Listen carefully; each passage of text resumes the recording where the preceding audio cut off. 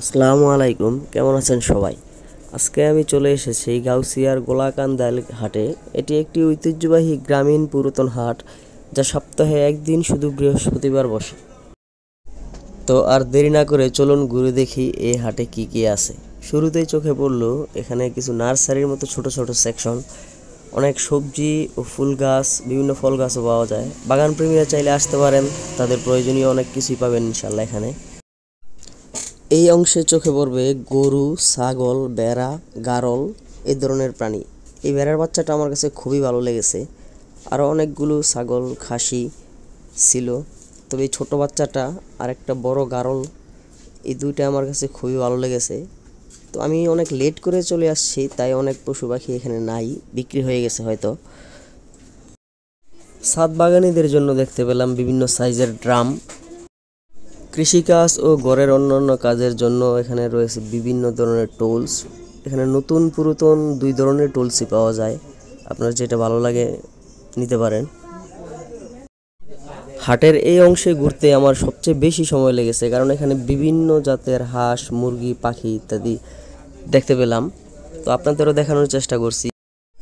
এখানে চোখে পড়লো জাপানি কোয়েল, বিভিন্ন বয়স, বিভিন্ন সাইজের, মিশরি ফাওয়ামি, টাইগার, গলাচিলা হাইব্রিড, বিভিন্ন জাতের মুরগি। প্রচণ্ড শীতে মাটির মধ্যে মুরগিগুলোর খুবই কষ্ট হচ্ছিল, কিন্তু কি আর করার, তারা ব্যবসার তাগিদে নিয়ে আসছে। আমি হাটে আসছিলাম মূলত কিছু টার্কি মুরগি নেওয়ার জন্য, কিন্তু একজনের কাছেই টার্কি ছিল, তাই তার চাহিদাও একটু বেশি ছিল, দামটাও বেশি ছিল, তাই আর নেওয়া হলো না। তাছাড়া মুরগিগুলোর কোয়ালিটি খুবই খারাপ ছিল। এত শীতের মধ্যে কোয়ালিটি ভালো থাকবেই বা কীভাবে। আজকে হাটে অনেক ভালো ভালো হাঁস উঠেছে। চীনা হাঁস আর রাজহাঁসের কালেকশন ছিল চোখে লাগার মতো।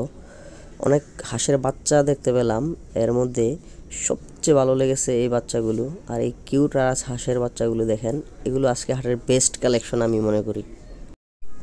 একজন প্যারেন্টস সহ কিছু চীনা হাঁসের বাচ্চা এনেছে, আর কিছু ফ্যান্সি মুরগিও এখানে দেখতে পেলাম, তবে সেটা খুবই কম।